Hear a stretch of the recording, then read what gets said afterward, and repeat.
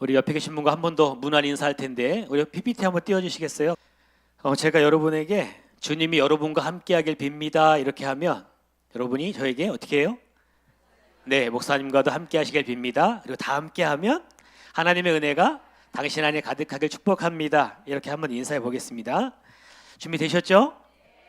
주님이 여러분과 함께하시길 빕니다. 다 함께요. 하나님의 은혜가 당신 안에 가득하길 축복합니다. 할렐루야. 네, 이런 축복이 우리 광석교회 안에 가득하기를 주님의 이름으로 축복합니다. 사랑하는 성도님들, 혹시 난중일기 아시죠? 네, 우리 이순신 장군이 쓰신 일기가 난중일기인데요. 오늘은 3월 1일이어서 그런지 자꾸만 일본이랑 뭔가 연결이 되어지는 것 같아요. 그런데 이 난중일기는요, 임진왜란이 일어났던 1592년부터 우리 이순신 장군이 전사했던 1598년까지 7년 동안의 이 전쟁의 기록을 써놓은 것이 난중일기입니다. 그런데 이 난중일기는 그냥 뭐 전쟁에 대한 기록만 기록되어 있는 것이 아니고 그 안에는 또 다른 내용들이 많이 우리 이순신 장군의 일상과 관련된 내용들이 포함이 되어 있어요. 그 첫 장의 내용이 이렇게 시작하는데요. 한번 들어보세요. 1592년 1월 1일 맑음. 새벽에 아우 여필과 조카 봉, 맏아들 회가 와서 이야기를 나눴다. 다만 어머니를 떠나 설을 쇠니 뵙고 싶은 마음 간절해서 몸을 가눌 수 없다. 우리 1593년 6월 10일 내용은요, 더 감동적인데요. 한번 더 들어보세요. 잠깐 비가 내리다 그쳤다. 아침에 흰 머리카락 몇 올을 뽑았다. 흰 머리칼은 아무리 많이 나도 상관은 없지만 다만 위로 늙으신 어머니가 계시기 때문에 남겨둘 수가 없다. 네, 이렇게 그 난중일기 안에 기록을 해놨어요. 이순신 장군은 이 어머니를 뵙기 전에 한 가지 의식을 꼭 행했다는 거죠. 뭐를 뽑아요? 네, 흰 머리칼을 이렇게 뽑는 그 일을 하고 어머니를 만나 뵙다는 거예요. 왜 그럴까요? 어머니가 우리 아들이 이렇게 고생해서 늙어가나 보다 그 마음이 아프실 어머니 마음이 걱정이 돼서 어머니 뵙기 전에 이렇게 흰머리를 뽑는 거예요. 그런데 난중일기를 쓸 때 이순신 장군의 나이가 40대 후반, 제 나이 정도 된 것 같아요. 그런데 제 나이 정도 되면요, 흰머리를 뽑지 않아요. 왜 그럴까요? 한올이 너무 귀해서 이게 언제 빠질지 모르기 때문에 그 한올이 귀하잖아요. 그래서 뽑지 않고 그대로 놔둔다는 거예요. 그런데 이순신 장군은 그 흰머리를 뽑습니다. 왜요? 어머니 생각 때문에, 어머니를 향한 그 효심 때문에 그렇게 그 하나하나를 준비해가는 이순신 장군의 모습이 이 난중일기에 기록이 되어 있다는 거예요. 여러분, 이러한 마음가짐, 사랑하는 어머니의 마음을 아프게 하지 않기 위해서 이렇게 행동하고 움직이는 그 마음가짐, 그런 마음가짐이 있었기 때문에 이순신 장군이 그토록 위대했던 일을 그렇게 할 수 있었지 않았을까, 그런 생각을 해보게 되는 겁니다. 여러분, 오늘 본문에도요, 이 전쟁터만큼 뭐 일본과의 이런 전쟁터만큼은 아니지만, 그러나 오히려 생각해보면 오히려 그것보다 더 치열할 수도 있는 개인적인 전쟁 가운데 있는 한 사람, 가나안 여인이 오늘 본문에 등장해요. 그런데 이 여인은요, 흉악한 귀신 들린 딸을 가진 엄마예요. 여러분, 이 귀신이 들렸다는 거는 어떻습니까? 우리 귀신 들린 사람을 본 적이 있으세요?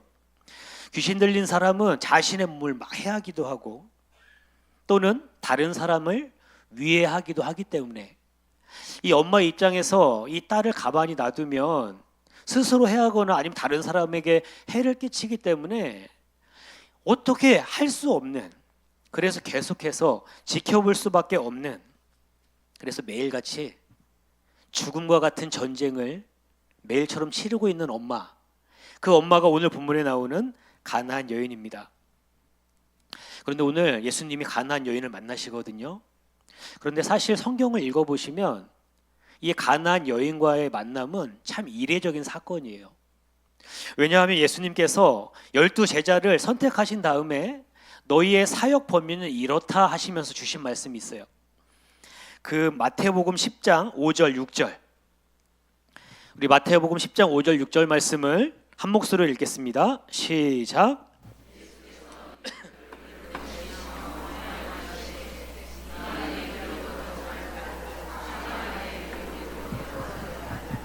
오히려 이스라엘 집에 잃어버린 양에게로 가라.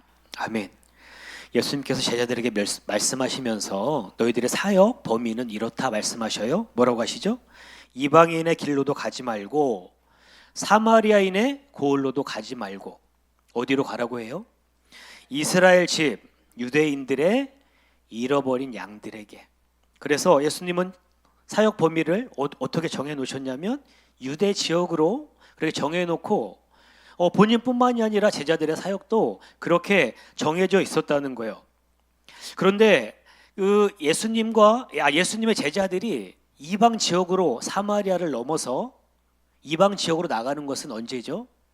사도행전 2장의 오순절 강림 사건, 성령에 체험하고 난 다음에 그 다음에 비로소 제자들이 사마리아 땅으로 가고 이방 땅으로 가는 역사가 이후에 나오는 거예요.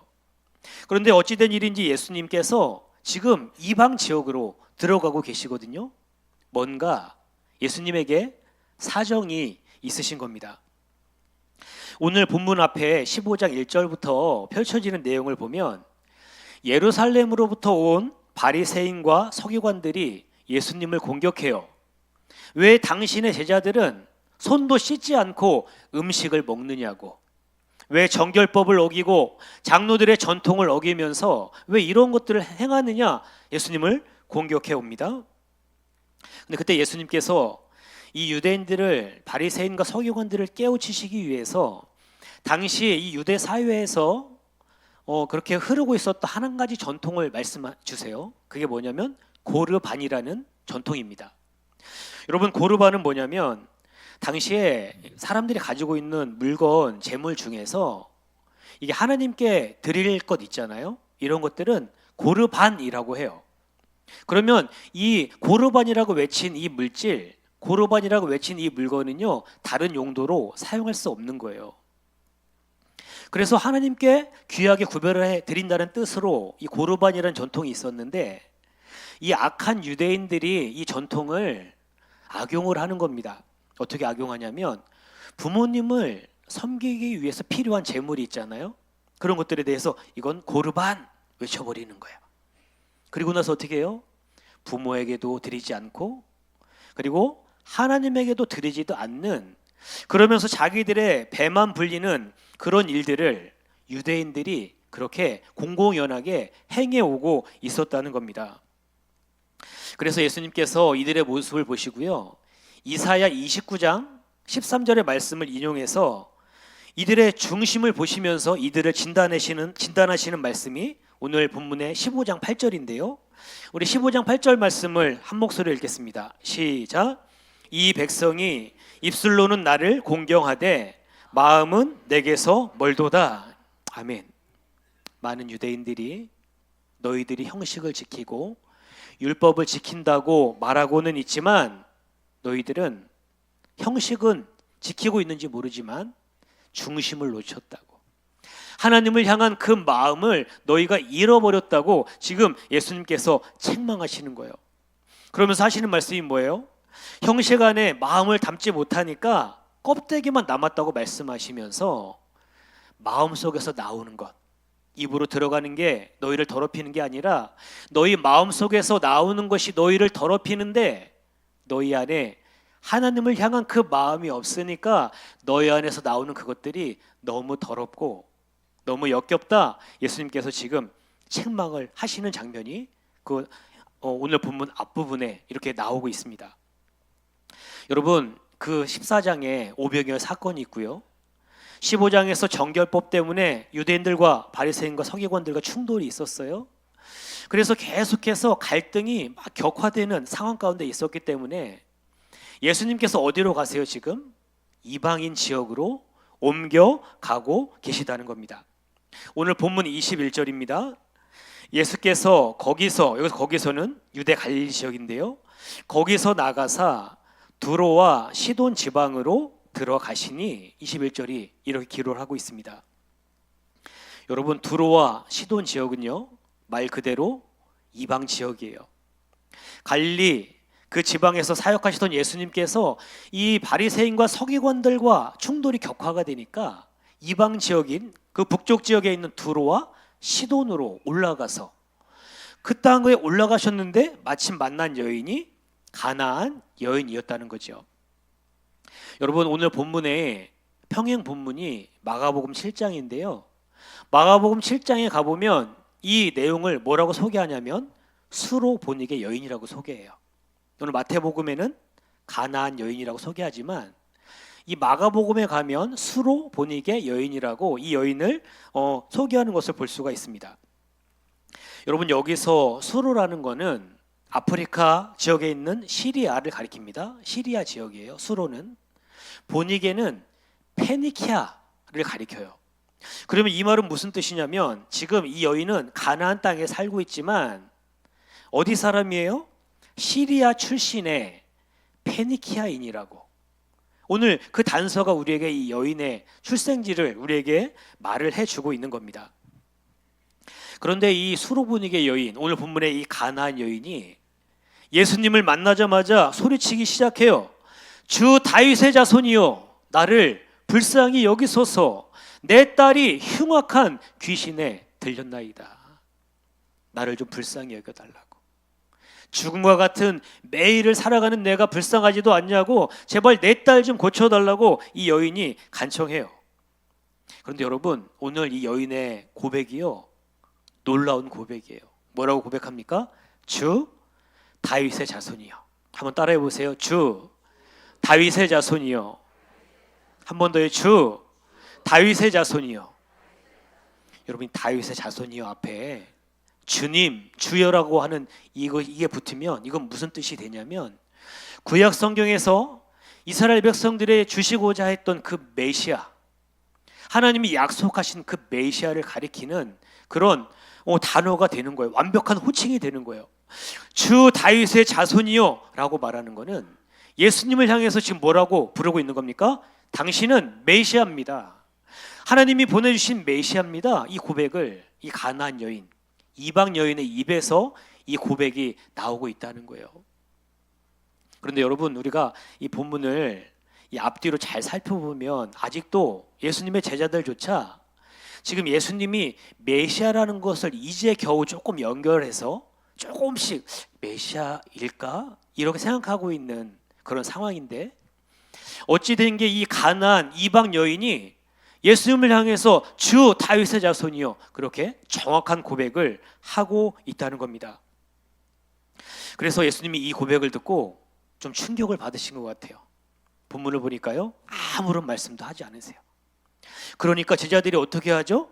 아무런 말씀 하지 않으시는 거 보니까 예수님 좀 불편하신가 보다. 그래서 예수님께 뭐라고 하냐면, 예수님, 이 여인이 시끄러워서 우리의 사역을 방해하니까 쫓아내면 안 될까요?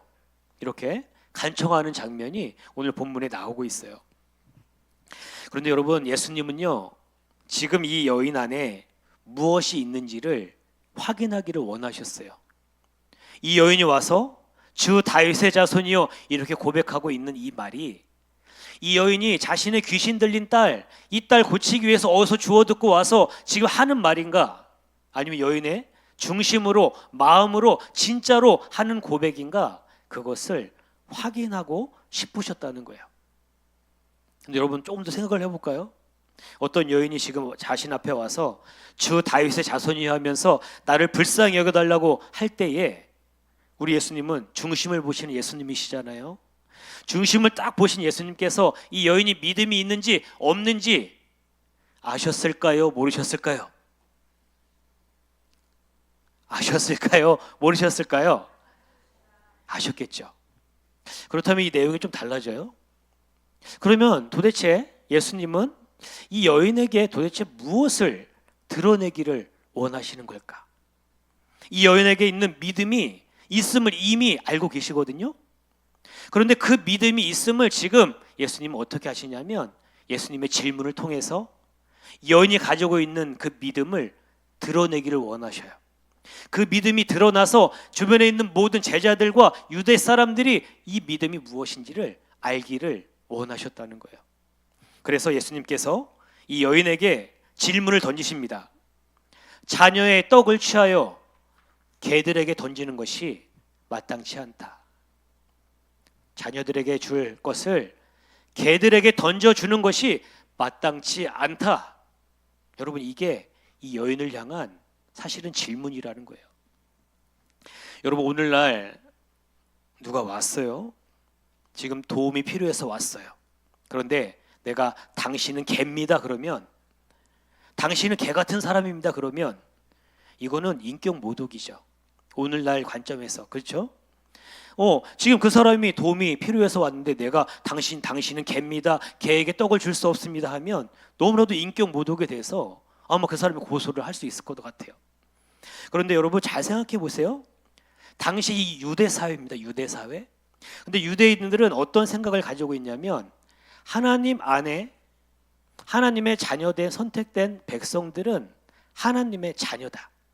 선택된 이스라엘 백성들은 하나님의 자녀고, 하나님 없이 살아가는 이방인들은 짐승과 같다. 이런 생각을 유대인들은 늘 하면서 살았어요. 그러면 여러분, 이런 관점에서 바라보면 사실은 이거는 욕이 아니겠죠.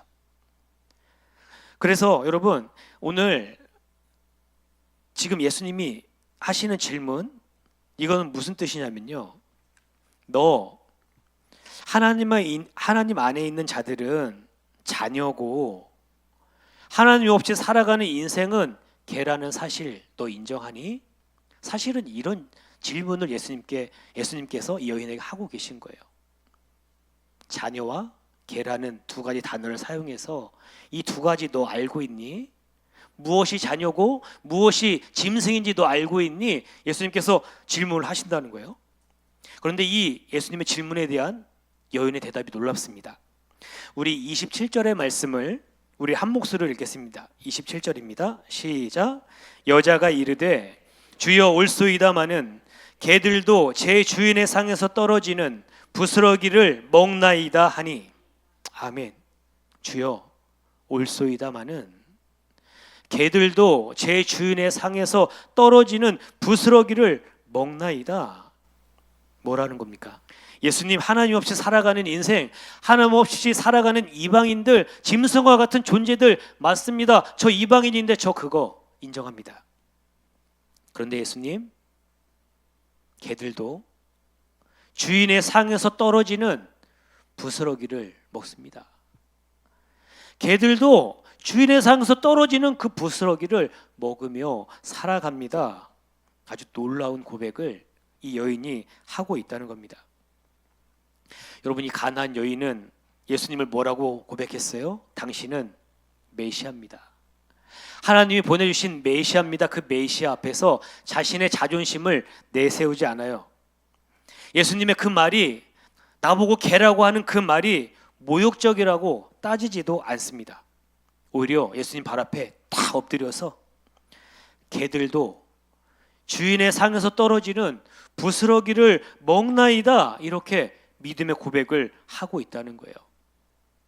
여러분, 이게 다시 돌리면 이런 말이에요. 예수님, 제가 언제 예수님께 떡을 달라고 하던가요? 저는 예수님 상에서 떨어지는 그 부스러기면은 충분합니다. 예수님, 제가 언제 하나님을 아버지라고 부를 수 있는 자녀의 특권을 달라고 했습니까? 그냥 흉악하게 귀신 들린 내 딸, 이 딸만 고쳐주시면 됩니다. 저 더 이상 바라는 거 없습니다. 그 정도면 됩니다. 제가 바라는 거 떡 아닙니다. 부스러기 원합니다. 여인이 지금 그렇게 고백을 하고 있는 겁니다. 그런데 여러분, 이 여인의 이 고백, 이 여인의 이 대답을 듣고 예수님이 기쁘셨어요. 너무 기쁘셨어요. 그러면서 이 여인을 향해서 뭐라고 하시냐면, 내 믿음이 크다라고 칭찬하십니다. 이방 여인입니다. 근데 그 여인을 향해서 내 믿음이 크다고 칭찬을 하셨다는 거예요. 여러분, 예수님께서 말씀하시는 큰 믿음은 뭐냐면 떡이 무엇인지 부스러기가 무엇인지를 구별할 줄 아는 신앙이에요. 떡이 무엇인가 그리고 부스러기가 무엇인지 그것들을 구별해낼 수 있는 그것이 큰 믿음인데, 어떻게 된 게 저기 유대 땅에 있던 유대인들 그 어느 누구에게도 이런 믿음을 발견하지 못했는데, 어떻게 이 두로 시돈 이방 지역에 사는 이 여인은 부스러기를 구하고 있지만, 그러나 이 여인은 떡이 무엇인지 부스러기가 무엇인지 그리고 주인이 누구인지까지 정확히 알고 있으니 이게 웬일이냐 그러면서 이 가나안 여인의 믿음을 지금 칭찬하시는 내용이 오늘 본문의 내용이라는 겁니다. 여러분, 오늘 앞에 15장 전반부에 정결법으로 유대인과 충돌할 때 그 장면을 하나 떠올려 보시고, 그 다음에 충돌로 인해서 예수님께서 두로와 시돈에 와서 지금 이방 여인과 만날 때 이 두 장면을 한번 비교해 보세요. 그러면 어떤 내용이 돼요? 유대인들은 택함받은 하나님의 자녀라고 하면서 떡과 부스러기조차 구별하지 못하는데, 개처럼 짐승처럼 취급받는 이 이방 여인은 떡의 본질을 정확히 알고 주인의 풍성함을 신뢰하면서 주인의 상에서 떨어지는 그 부스러기도 줬사오니 내게 그 부스러기를 주옵소서, 그것을 간구하고 있다고 두 가지를 이렇게 비교해서 지금 보여주고 계시다는 거예요. 여러분, 그래서 이 가나안 여인의 이야기는 누구에게 향한 말씀이냐면 유대인을 향한, 그래서 오늘 설교 제목이 뭐예요? 유대인들에게 고함이라고 했어요. 이 가나안 여인의 이야기는 이 유대 사람들을 향해서 떡이 무엇인지 부스러기가 무엇인지 심지어 그 떡을 주는 주인이 누구인지도 알지 못하는, 택함 받았다고 하는 그 사람들 향해서 주시는 하나님 주시는 말씀이 오늘 본문의 내용이라는 거죠. 또 한 가지, 이 본문이 향한 사람은 누굴까요? 바로 오늘 우리가 이 말씀을 듣고 있는 저와 여러분들에게 본질은 잃어버리고 주인은 잃어버리고 떡은 잃어버리고 부스러기만 찾고 있는 우리들을 향해서 주시는 하나님의 말씀이 오늘 15장에 나오는 이 가나안 여인의 그 말씀인 줄 믿습니다. 여러분, 제가 아는 제 친구 목사님이 꿈을 꿨어요. 꿈에서 하나님이 나타나셔서 로또 번호를 알려주셨어요. 그런데 잠에서 깼거든요. 근데 너무 선명하게 그 하나님이 알려주신 그 번호가 다 기억이 나는 거예요. 그래서 이 목사님이 고민이 되는 거예요. 하나님 주신 기회일까? 하나님이 이제 그냥 마음 편히 아무 걱정하지 말고 목회하라고 주신 사인일까? 너무 고민이 되는 겁니다.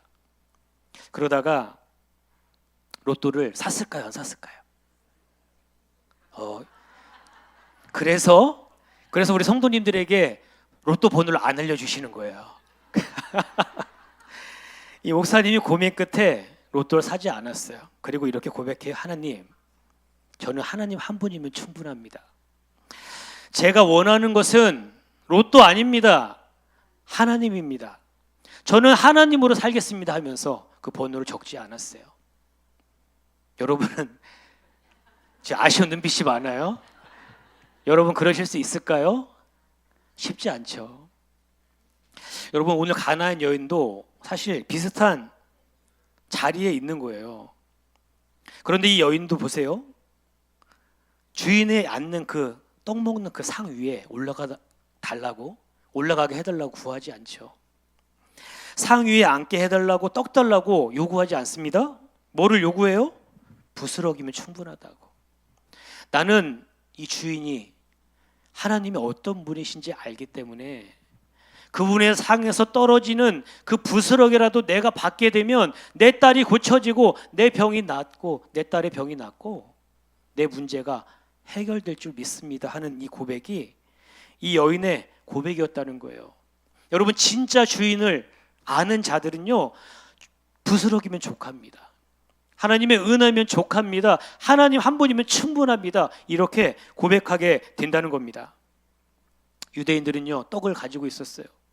주인과 함께, 예수님과 함께 그 먹는 그 상에서 식사를 같이 할 수 있는 자녀로 부름을 받았어요. 그런데요, 주인을 놓쳤어요.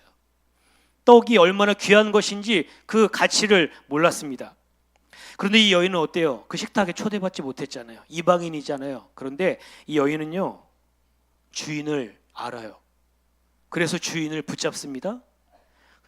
여러분, 오늘 본문이 우리에게 이것을 지금 말씀해 주고 있는 거예요. 사랑하는 여러분, 3월 1일입니다. 새로운 봄이 왔습니다. 다시 봐야 됩니다. 그러면 여러분은 지금 무엇을 붙잡고 있습니까? 눈에 보이는 축복을 붙잡고 있습니까? 아니면 축복의 근원이신 주님을 붙잡고 계십니까? 하나님 자녀면 충분합니다.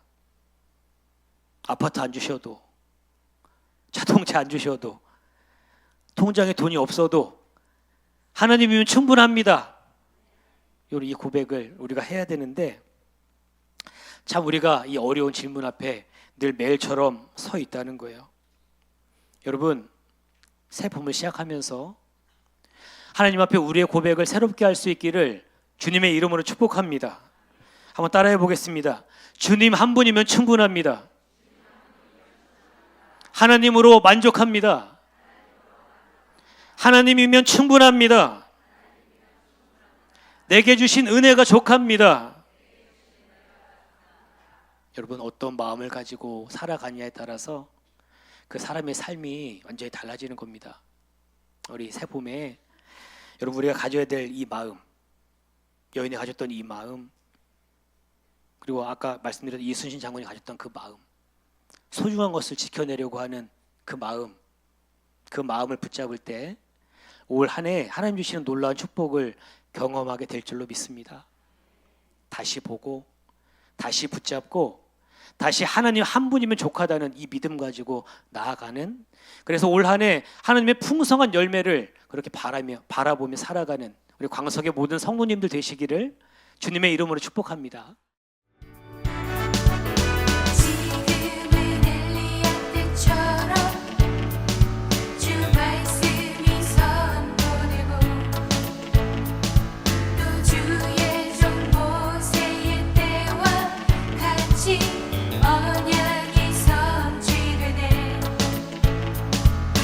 전쟁과 기근과 핍박